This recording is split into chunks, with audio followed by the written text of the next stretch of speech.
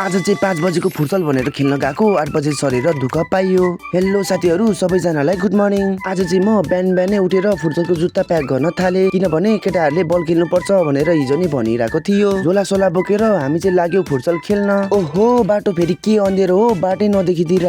त्यही पनि जसो तसो गर्दै साथी र म चाहिँ गफ गर्दै लाग्यो फुटबल खेल्न। बाहिरको मौसम अँध्यारो चिसो भन्दै केटाहरू भएकोतिर लाग्यो। उता फेरि केटाहरू चाहिँ भेला भएर मस्त गफ गर्दै बसिरहेको रहेछ। फेरि सर चाहिँ बिरामी भएर आउनु सक्नु हुँदैन अरे, 5 बजेको होइन अब 8 बजेको खेल्नु पर्छ भन्छ। त्यति भनेपछि किन बस्नु भन्दै साथीको घरतिर लाग्यो। पोखरी बजार के साह्रो राम्रो हो भन्दै हामी चाहिँ साथीको तिर गफ गर्दै गयौँ। यहाँ चाहिँ फेरि जेनजीहरूको आन्दोलनको कार्यक्रम हुन आँटेको रहेछ। त्यही ब्यानर पढ्दै हामी चाहिँ साथीकोमा एकछिन बसेर लाग्यो खाजा खानतिर। थुक्पा सुप्पा खाइयो अनि साथीहरू बोलाउन थालियो।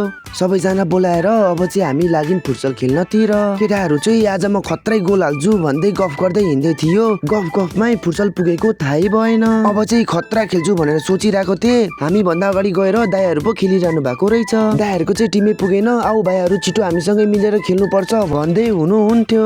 यहाँ भाइ चाहिँ फेरि दाइ खतरा गोल हान्नु है भन्दै मलाई भन्दै थियो। केटाहरू फेरि उता रेडी पो भइसकेछ। म पनि फेरि निन्जा तरिकामा आफ्नो रूप परिवर्तन गरिहाले। अब चाहिँ म चाहिँ फुटबल खेल्नतिर लाग्छु। तपाईहरु चाहिँ ब्लग हेरेर इन्जोय गर्नु होला।